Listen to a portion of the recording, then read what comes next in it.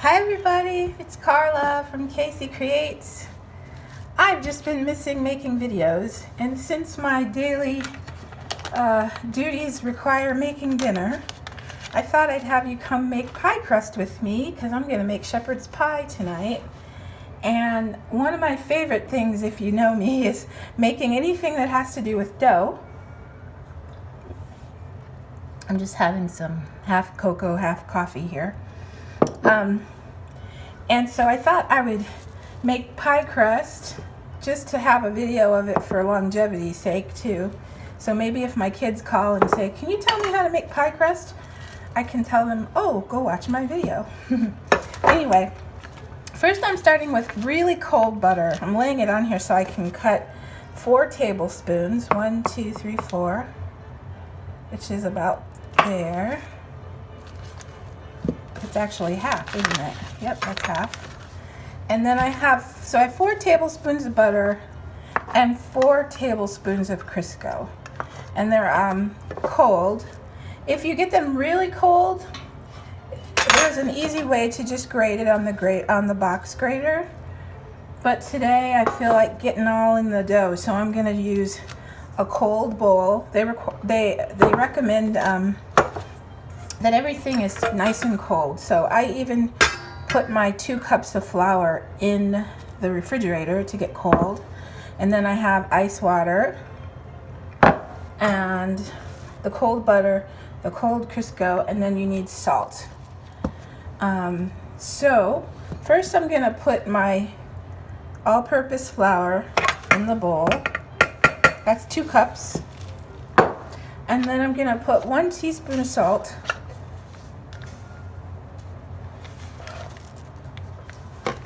And stir that up. So pie crust is really simple. And then you want to put your butter in small pieces. A lot of people will use a food processor. I don't happen to own one of those. So I'm just going to cube this.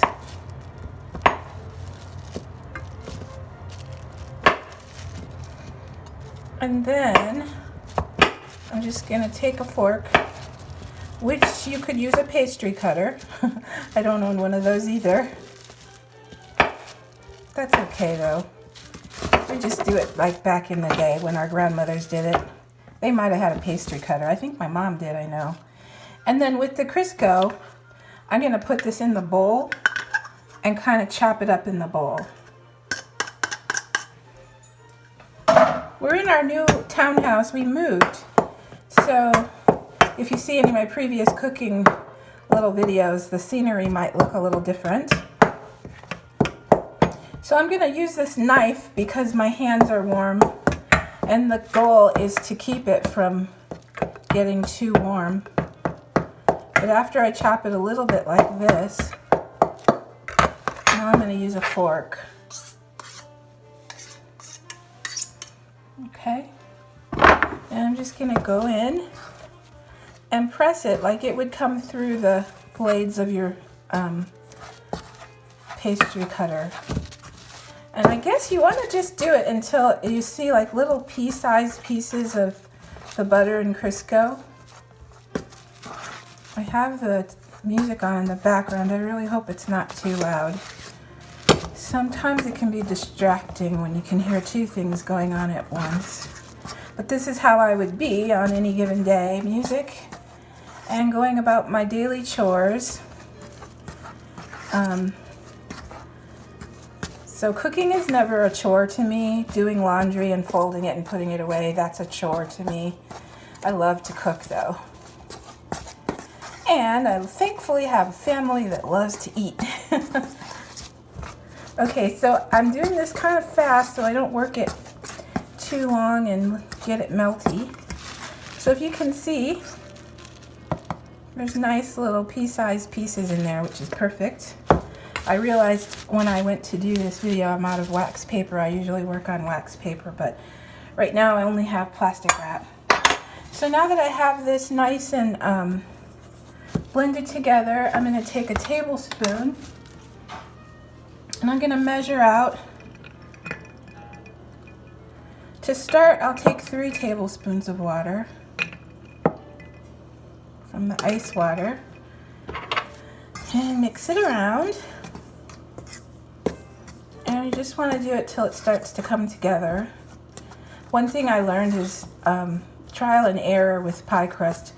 I've made some really wonderful ones and some really bad ones. And bad ones are when I put too much water. You kind of have to give it time to absorb the water, because if it's too sticky, then when it bakes, it's really tough. And nobody wants a tough pie crust. So I'm going to get in here with my hands and see if I can get it to glue together. And that's all you really want it to do. It's not quite gluing together well enough, so I'm going to use about a half tablespoon more. And stir it together.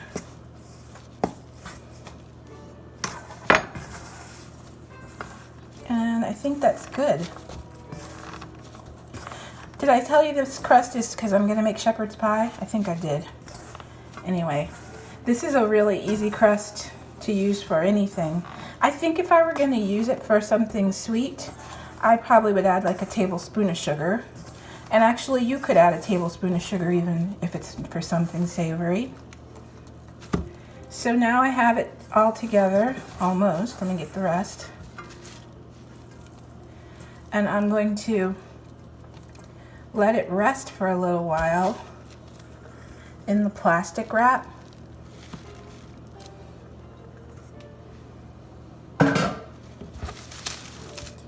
And hopefully not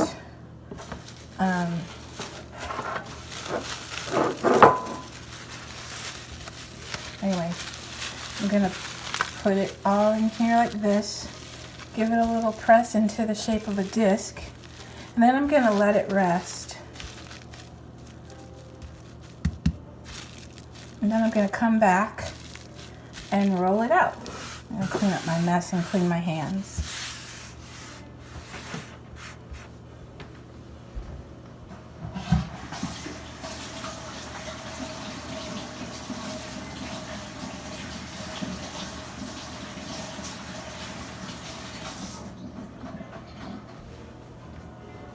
Are you still there? What I just remembered is I don't have editing tools right now. So I want to go ahead and roll it out. Let me clean up my mess. So typically you could let this rest a good 30 minutes just to absorb the moisture, make it even out some. But because I don't think I know how to put two videos together right now, and I don't want to do a part one and a part two. So I have a rolling pin, and because this is kind of dry, I'm not going to add any flour. I'm just going to roll.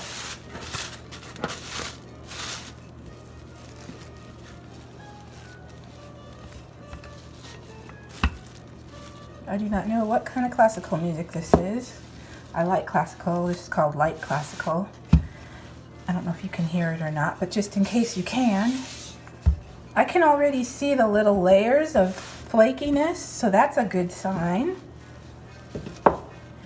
So I've been a potter, a professional potter for 30 years, and everything dough makes me happy. But about a year ago, I resigned my job of teaching because we moved, and we moved all the way to the West Coast from all the way over on the East Coast, Southeast Coast. And so because of that, I am really missing clay. I just needed some time for our family to get settled here. And now I have great plans to find a new studio to work at because I really miss it. I keep finding myself creating anything that has to do with dough. I think that's a sign.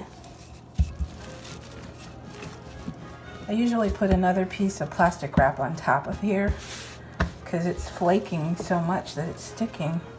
But I do not want to add flour. So I'm just gonna hope that you'll be patient with me and watch.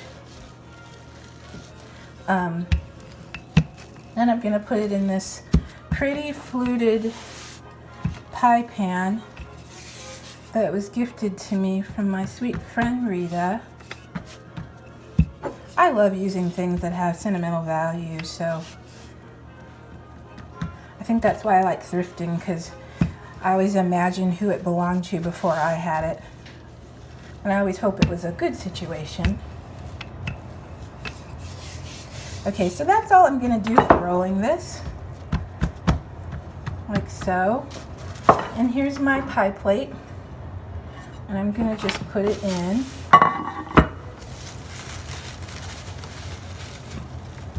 It's a little crumbly, but that's okay, because I can kind of mess with it once I get it in here, like so. I can't even really see the camera while I'm doing this, so I hope you can see okay.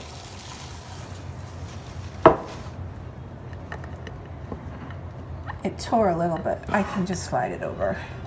I don't let that rattle me. I will do my best to press it all on in here, like so. And then once it hangs over the edge a little bit, I'll just trim it off.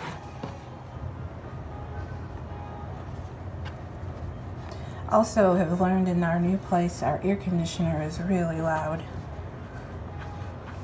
Got to get used to all the new quirks that go on. But overall, we're really happy here. It's a very nice, lovely place, beautiful landscaping. And I'm happy to be able to take my time and unpack and make it a home. Okay, so I have the crust on, and I'm going to use my knife now and just trim this excess off, since it's already fluted, and since it's for shepherd's pie, I don't really need to make like a really pretty edge or anything. So that's all I really need to do. It's kind of like a tart shell. And then with my scraps, you know, I would normally save my scraps, but I'm not really sure what I'm going to do with this little bit of dough. So if you have trouble watching things go in the trash, I'm sorry. You have to close your eyes. I normally don't waste though. All right, so there is my pie crust. And then the other thing I like to do is blind bake.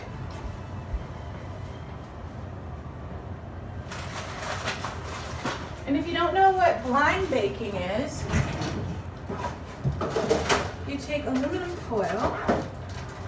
I'll be right back. Hang in there. I'm over here. I should have had this ready. But anyway, you preheat your oven to about 375. And then you take foil and you put it down in the pie shell. And then you take beans, any beans. Just, you can't cook them after you do this because I don't think they'll soften up. They might. I've actually never tried. But then you just put the beans down in here, and it kind of weights it down. And they sell pie weights. I don't even think I know what they look like though. And so the beans are going to come out, and so is the foil after it bakes partially. And then I will finish it with the fillings of my shepherd's pie. But basically that's how you make your pie shell. And I'm going to actually sit this back in the fridge until my oven preheats. And then I'll blind bake it. And that's how you make a pie crust. Thanks for watching, and I'll be back to do another video soon. Just wanted to check in and say hi. Have a great day.